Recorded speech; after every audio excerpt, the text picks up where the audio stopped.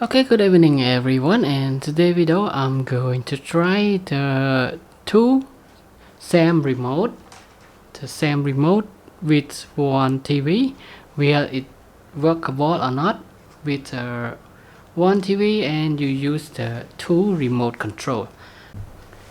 Okay, now I'm trying to press the right and then press this one left, right, left, left. Okay, home screen, back, and turn on Netflix.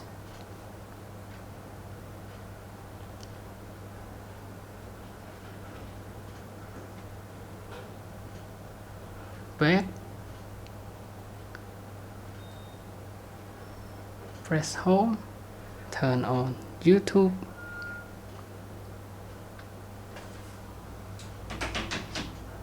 Okay, so that means you can use the two remote control at the same time if it's the same brand to your smart TV.